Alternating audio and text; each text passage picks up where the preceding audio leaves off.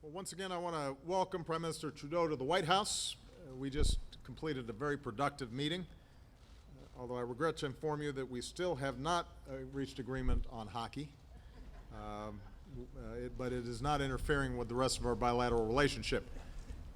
As I said earlier, this visit reflects something we Americans don't always say enough, and that is how much we value our great alliance and partnership with our friends up north. We're woven together so deeply as societies, as economies, that it's sometimes easy to forget how truly remarkable our relationship is.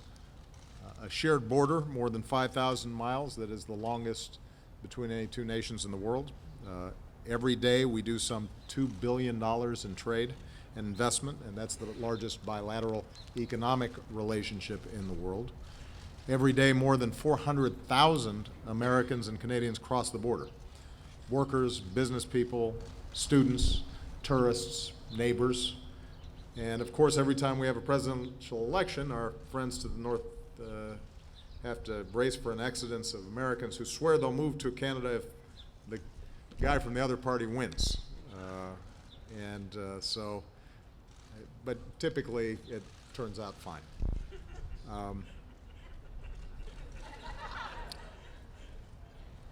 This is now my second meeting with Justin, and I'm grateful that I have him as a partner.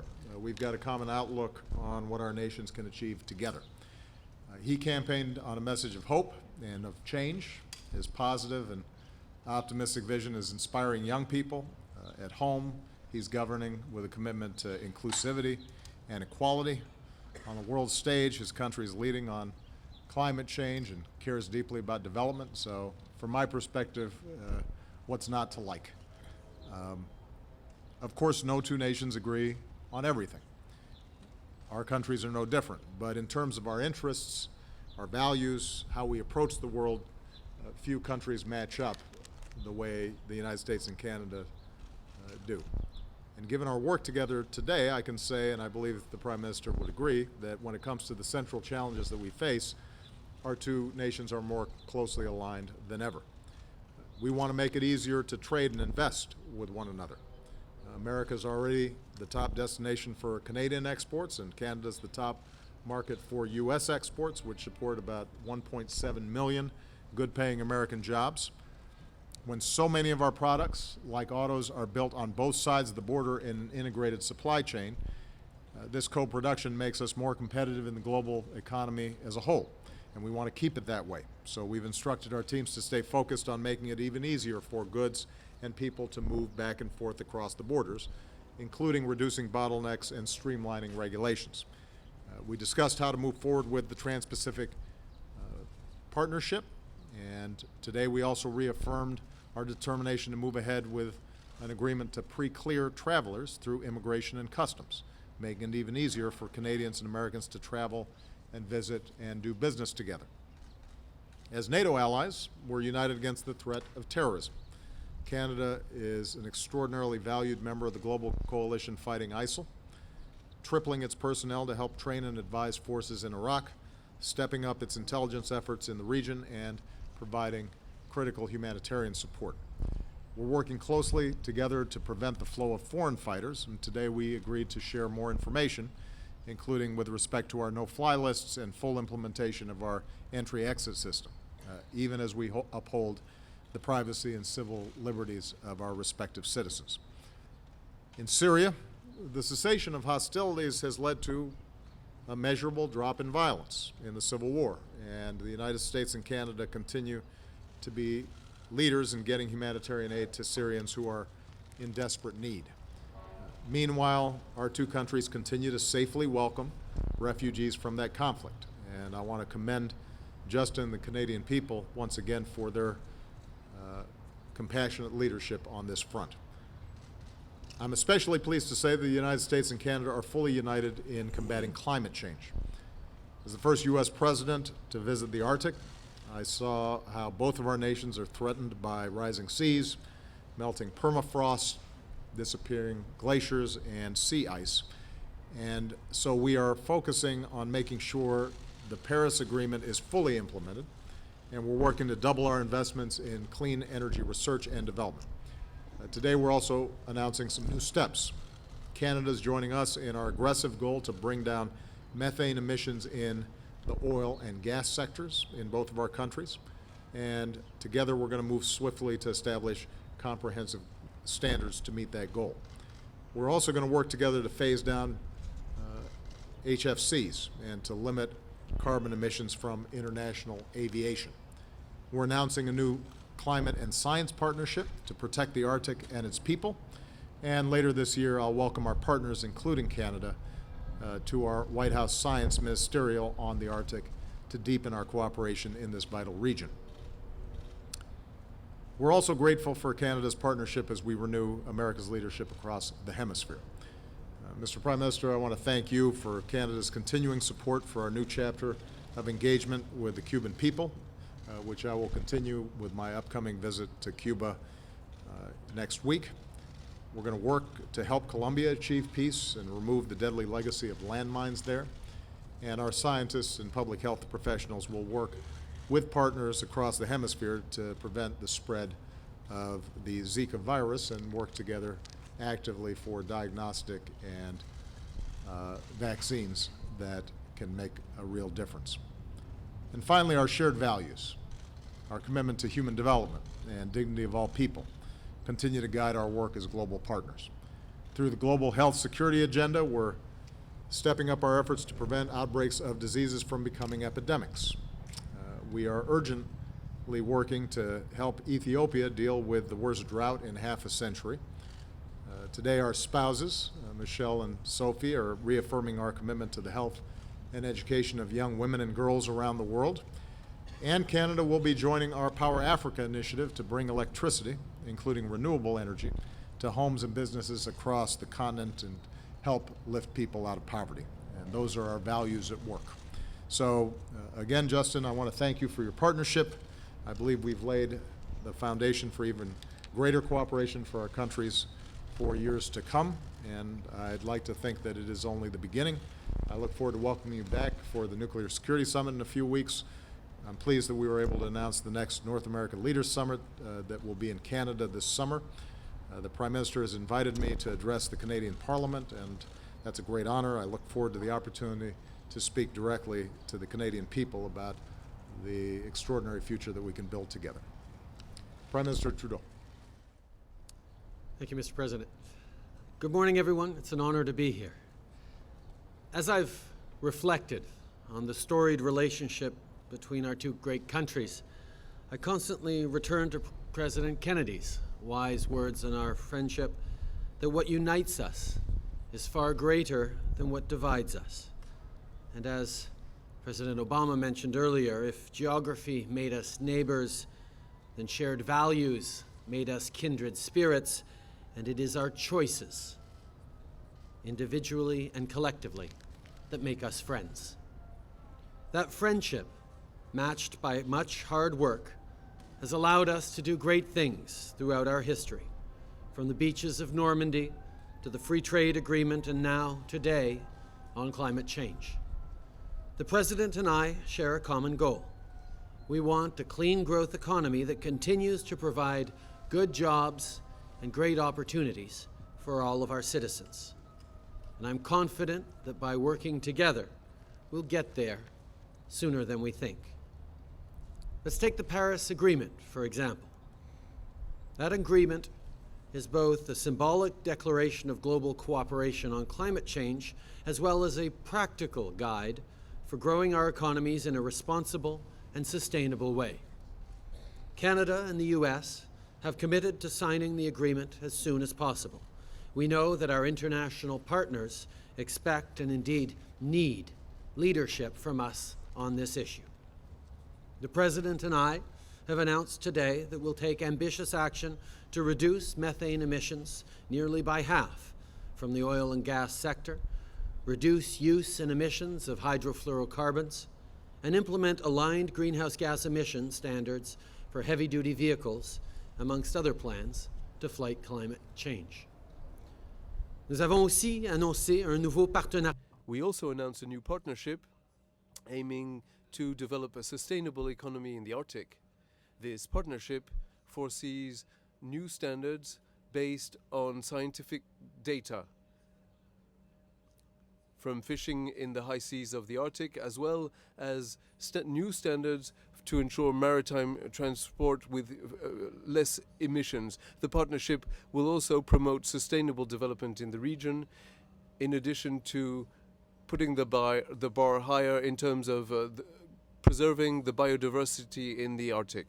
We have also decided to make our borders both more open and more safe by agreeing of pre-clearing at the Billy Bishop Airport in Toronto and the Jean Lesage Airport in Quebec, as well as the railroad stations in Montreal and Vancouver. Moreover, we were creating a US-Canada working group in the next 60 days on the recourses to access how we will resolve errors of identity on the no-fly lists.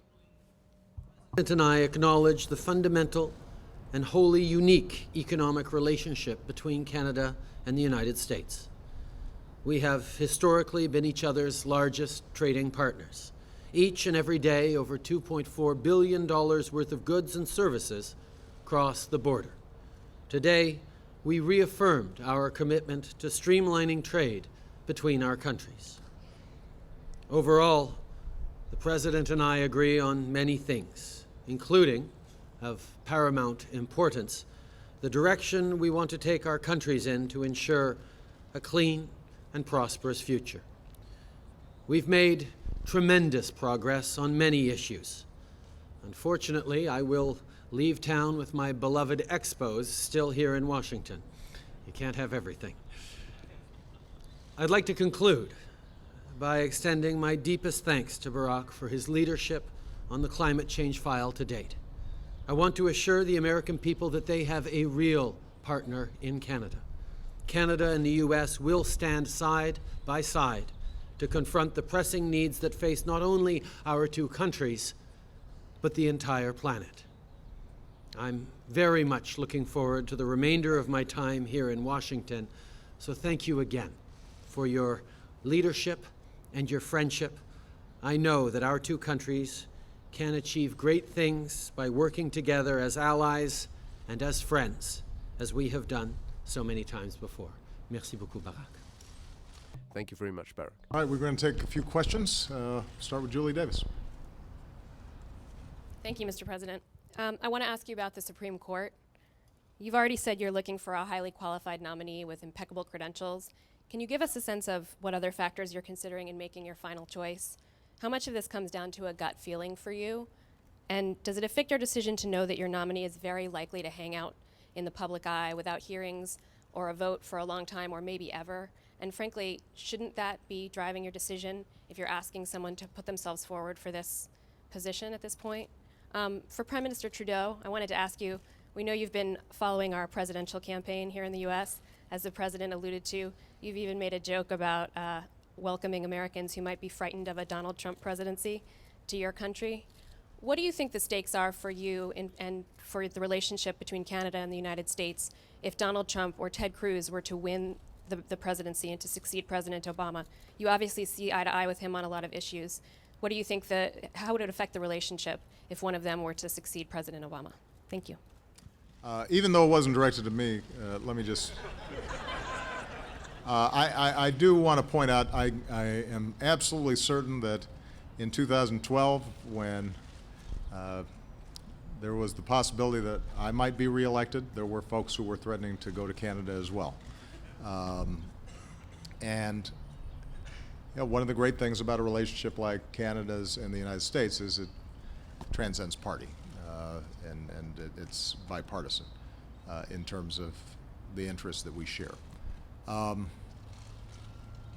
With respect to the Supreme Court, I've told you, Julie, what I'm looking for. I want somebody who is an outstanding jurist, who has impeccable legal credentials, who, by historical standards, would not even be questioned as qualified for the court.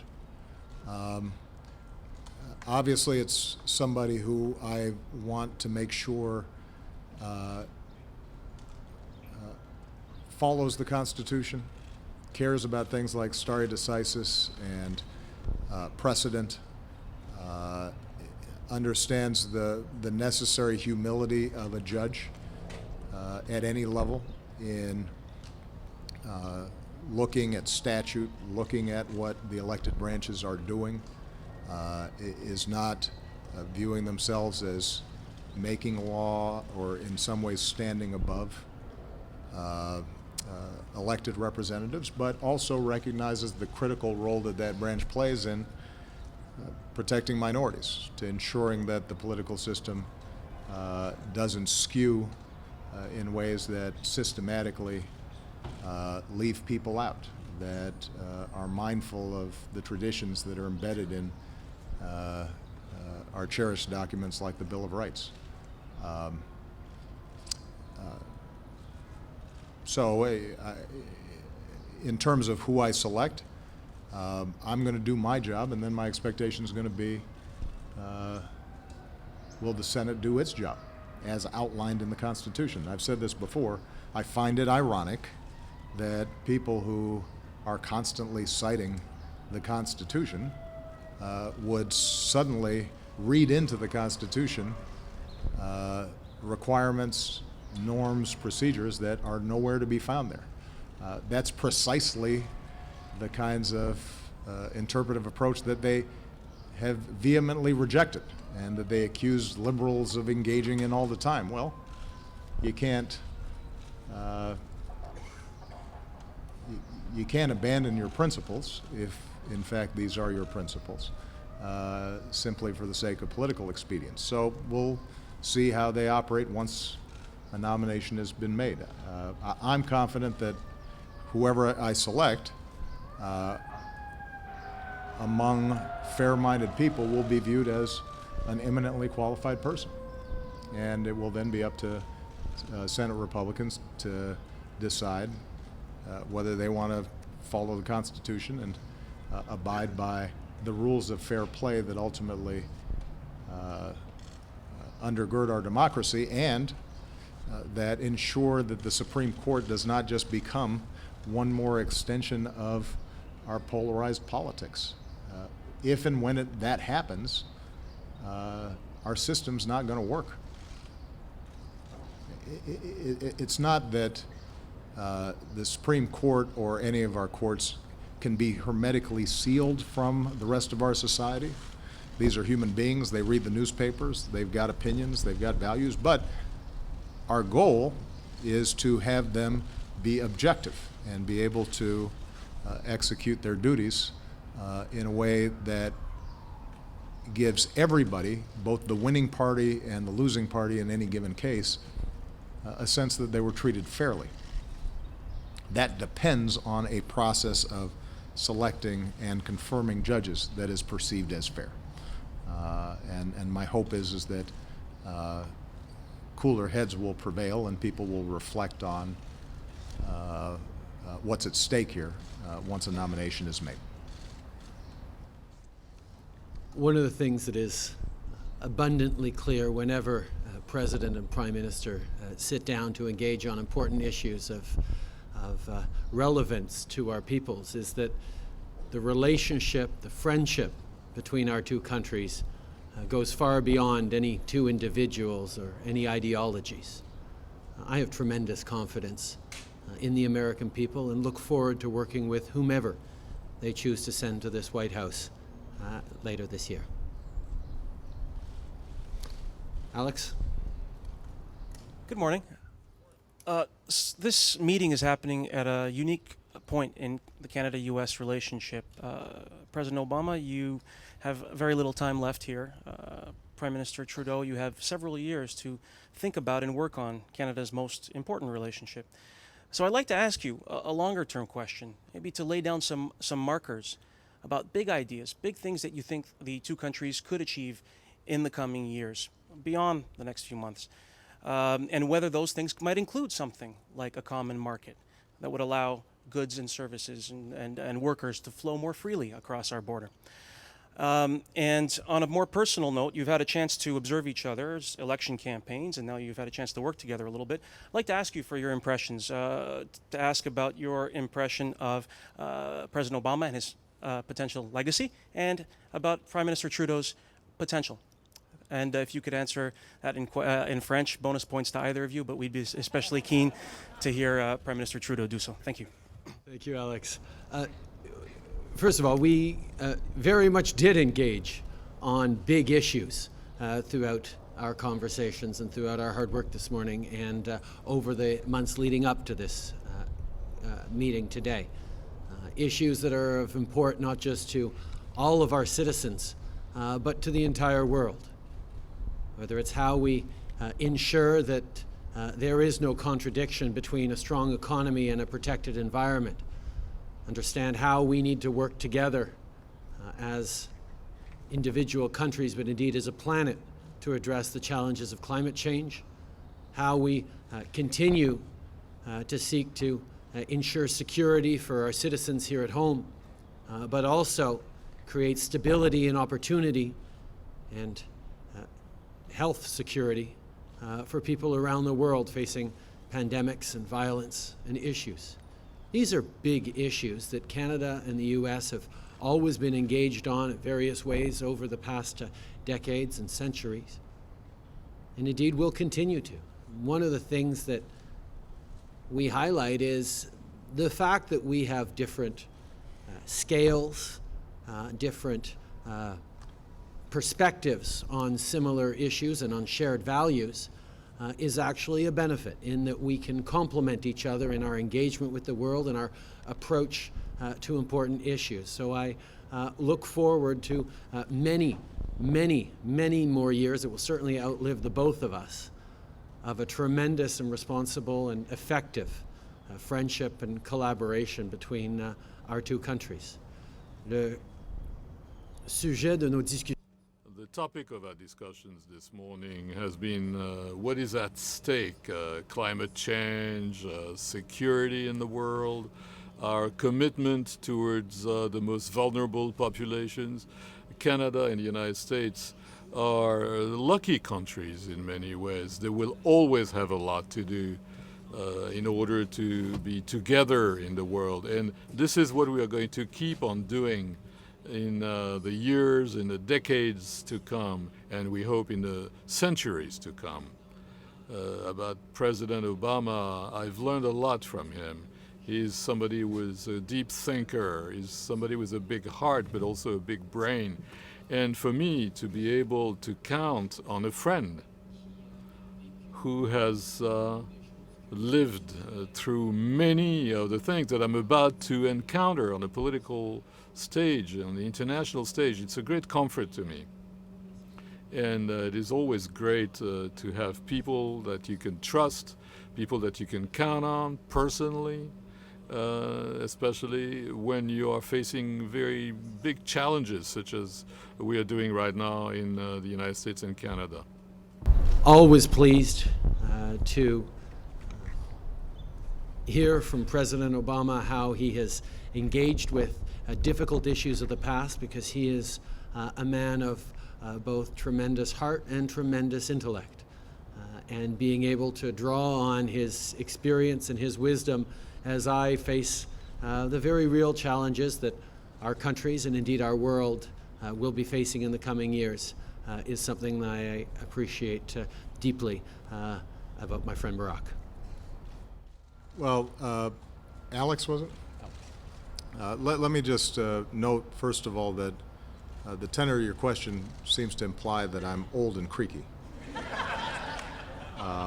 Not the tenor of my answer, I hope. No, you managed it well.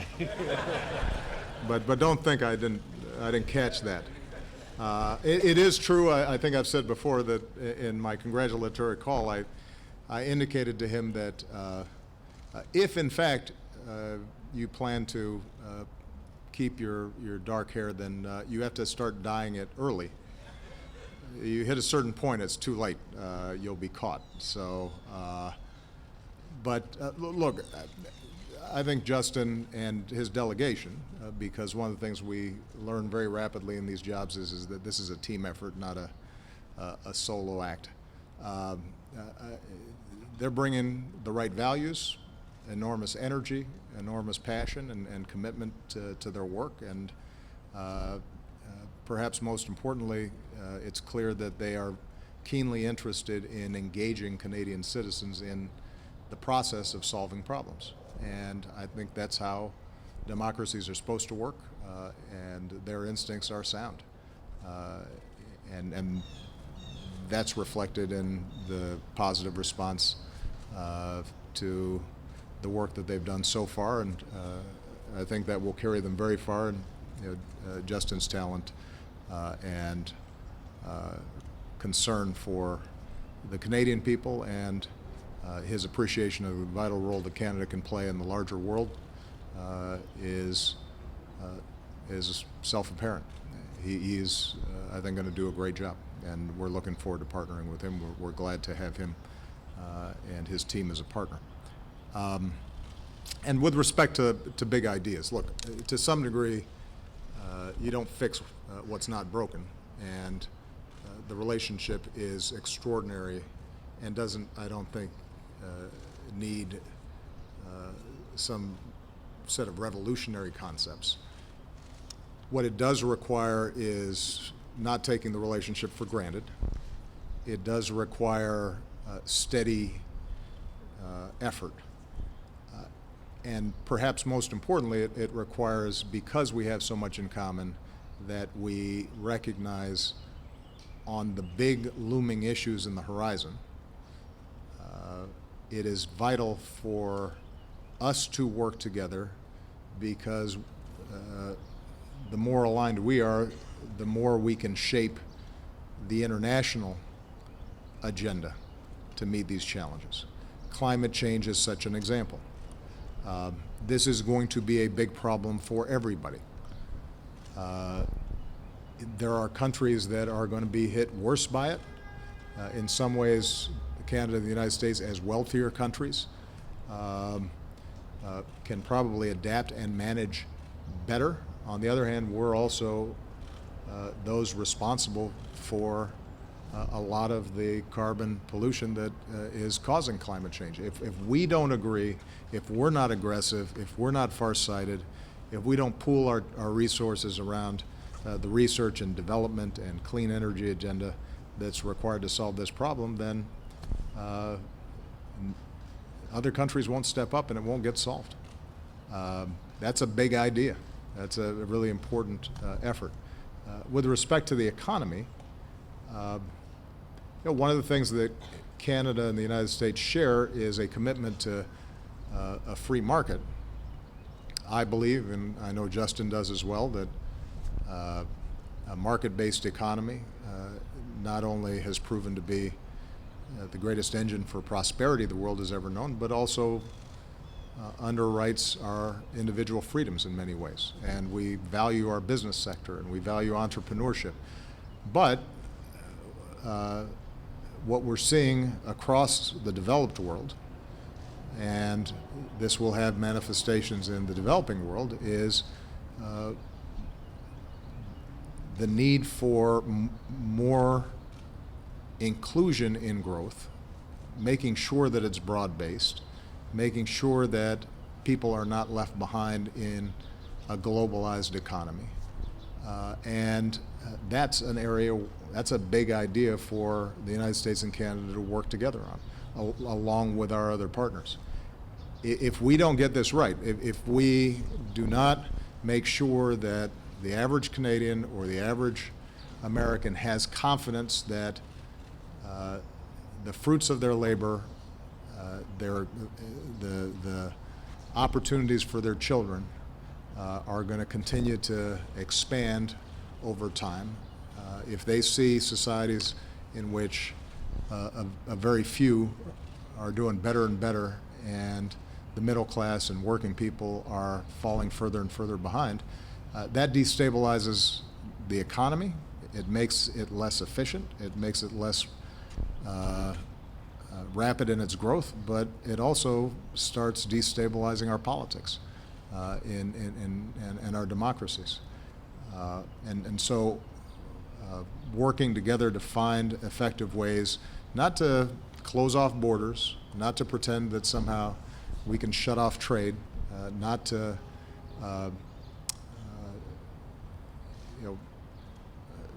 forget that we are ourselves nations of immigrants and that diversity is our strength, but rather to say, yeah, the world's big and we are going to help shape it, and we're going to value our openness and our diversity and the fact that we are leaders in a global supply chain, but we're going to do so in ways that make sure everybody benefits.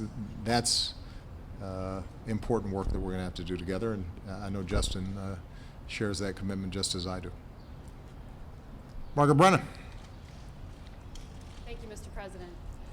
Some of your critics have pointed to the incredibly polarized political climate as under your administration as contributing to the rise of someone as provocative as Donald Trump. Do you feel responsibility for that, or even some of the protectionist rhetoric from some Democratic candidates? Do you have a timeline for when you might make a presidential endorsement? And to follow my colleague's question here, do you feel political heat is constraining your pool of viable Supreme Court nominees?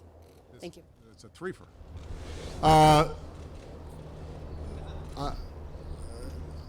I think it's important for me to nominate a Supreme Court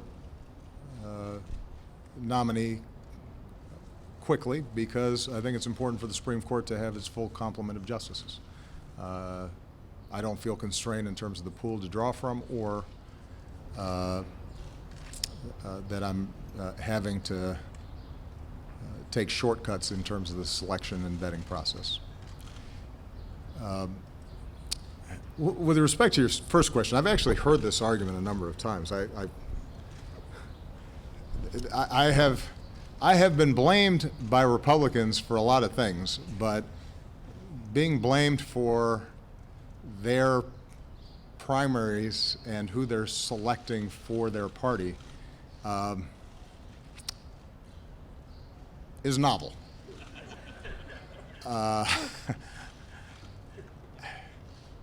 Look, I said at the State of the Union that one of my regrets is the degree to which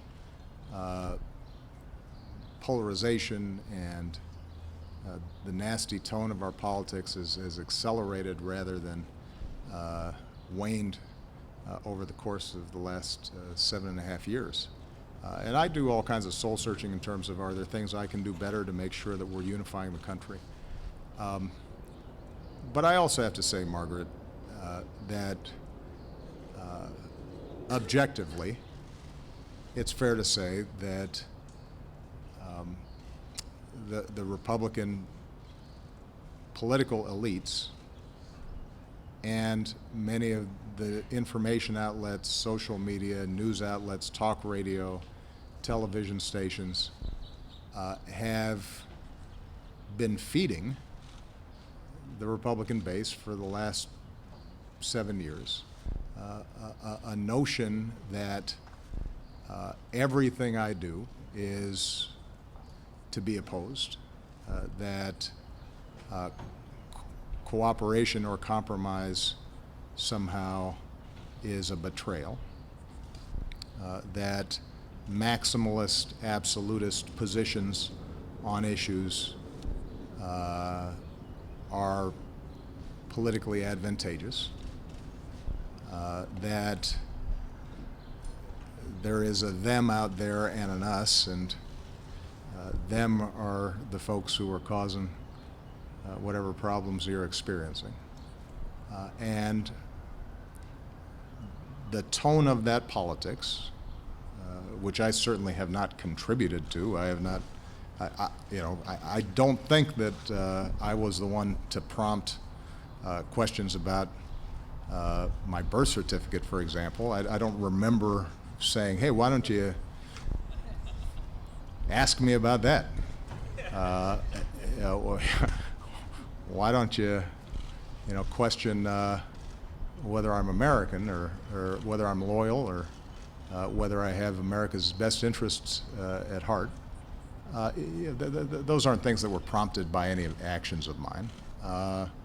And so what you're seeing within the Republican Party is to some degree, all those efforts over a course of time, creating an environment where somebody like a Donald Trump can thrive. You know, he's just doing more of what has been done for the last 7.5 years. And in fact, in terms of his positions on a whole range of issues, they're not very different from any of the other candidates.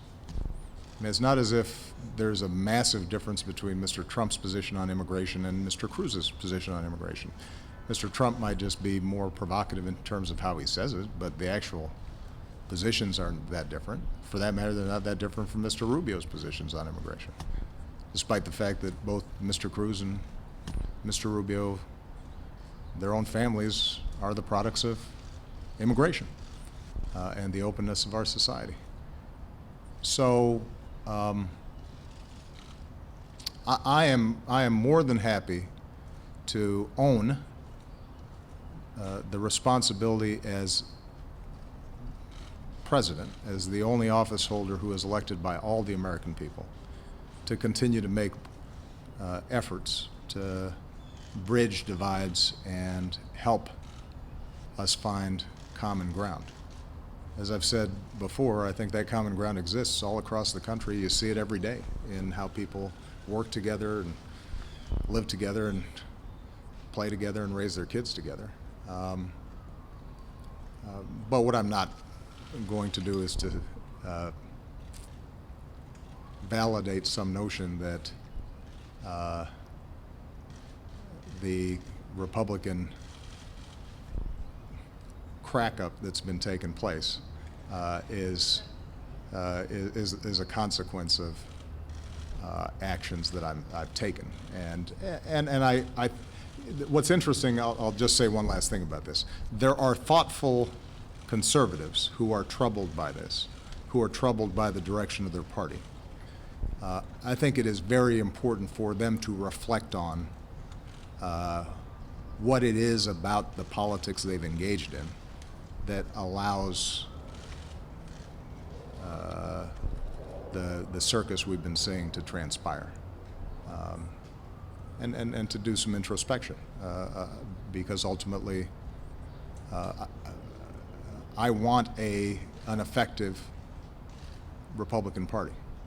I think this country has to have responsible parties that can govern and that are prepared to lead and govern, whether they're in the minority or in the majority, whether they occupy the White House or they do not.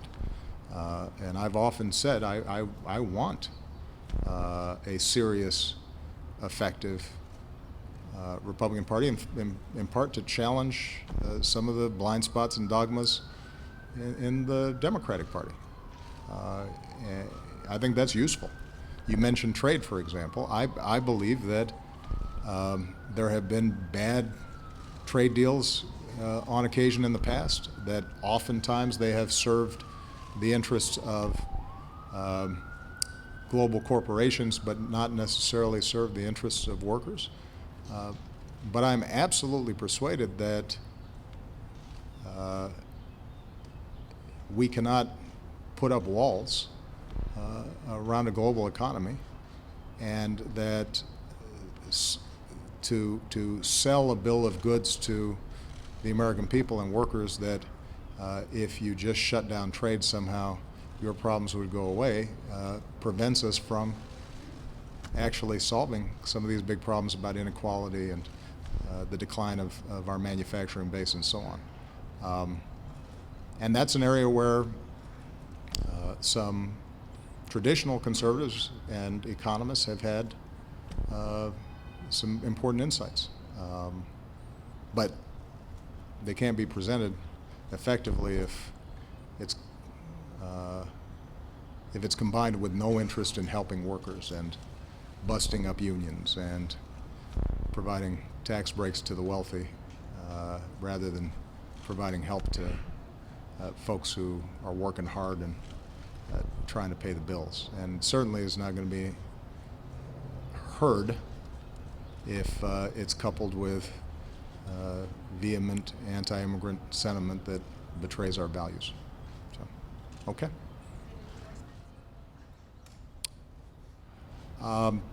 I think that the Democratic voters are doing just fine working this out. I think it's useful that we've had a vigorous debate among two good people who care deeply about our country and who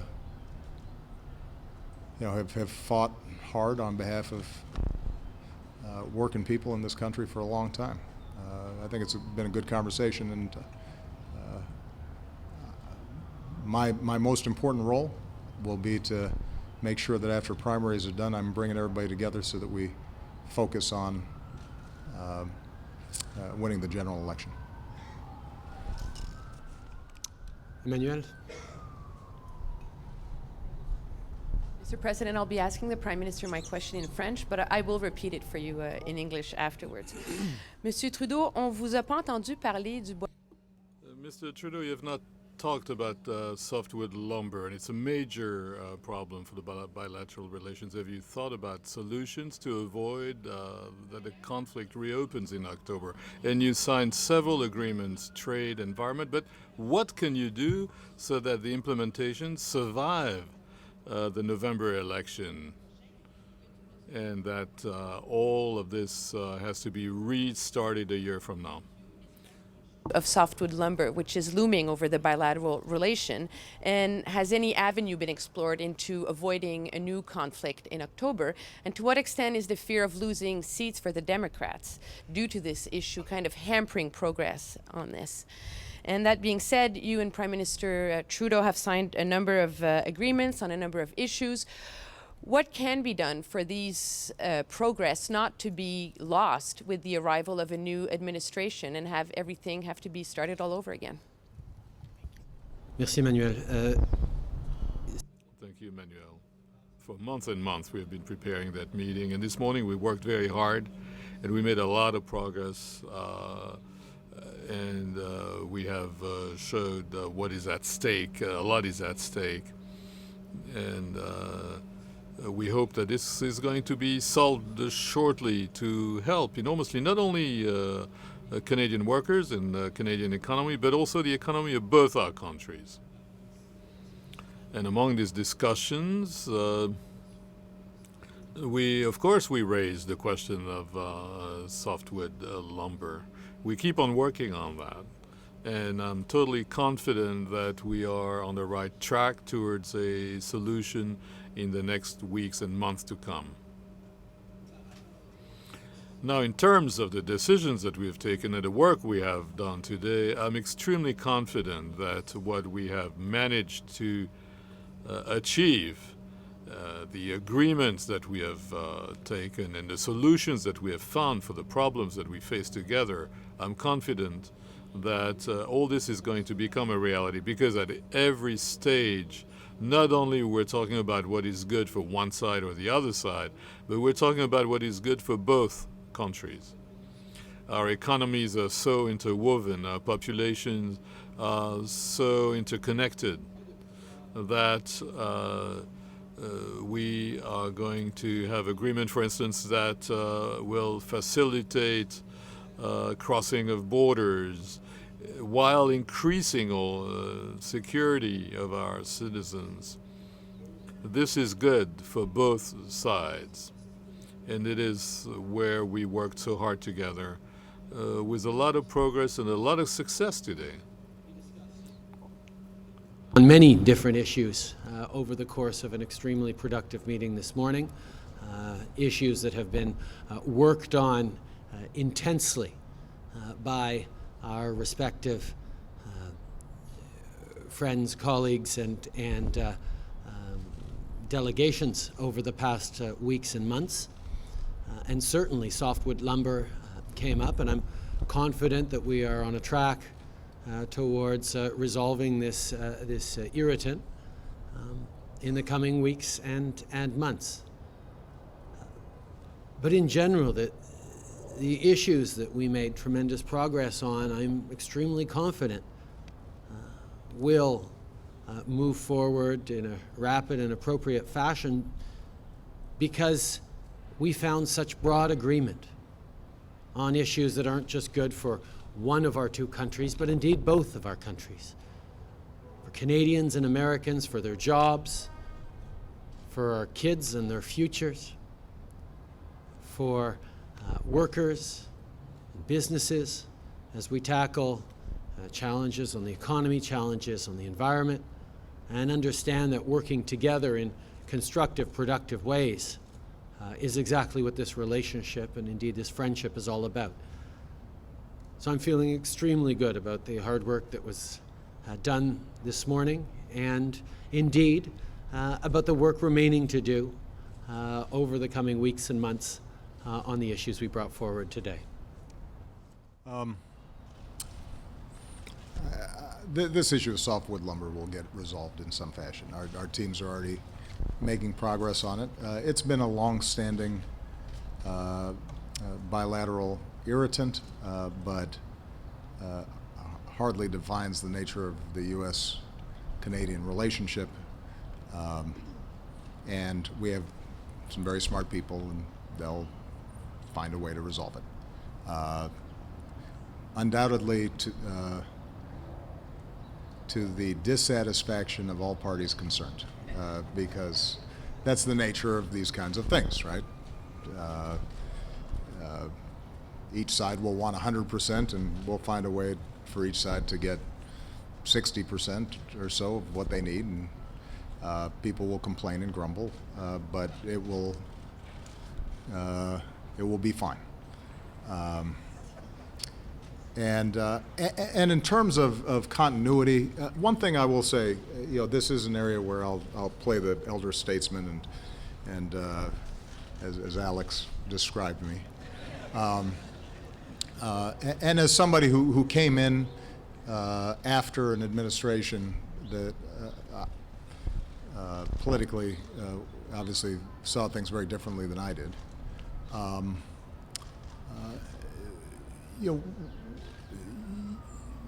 What you discover is that for all the differences you may have in your political parties, when you're actually in charge, then you have to be practical, and you do what is needed to be done and what's in front of you. And one of the things that is important for the United States or for Canada or for any leading power in the world is to live up to its commitments and to provide continuing momentum on efforts even if they didn't start under your administration. So there were a whole host of initiatives that began under the Bush administration, some that I was very enthusiastic about, like PEPFAR, that has saved millions of lives and prevented HIV/AIDS or provided vital drugs to those already infected with HIV/AIDS in sub-Saharan Africa and other parts of the world. Something that President Bush deserves enormous credit for. We continued that, but there are also some areas where, when I was outside the government, I questioned how they were approaching it. I might have tweaked it to the extent that it involved foreign policy. I might say to my foreign policy partners, look, we have a problem of doing it this way, but here's a suggestion for how we can do the same thing or meet your interests in a slightly different way.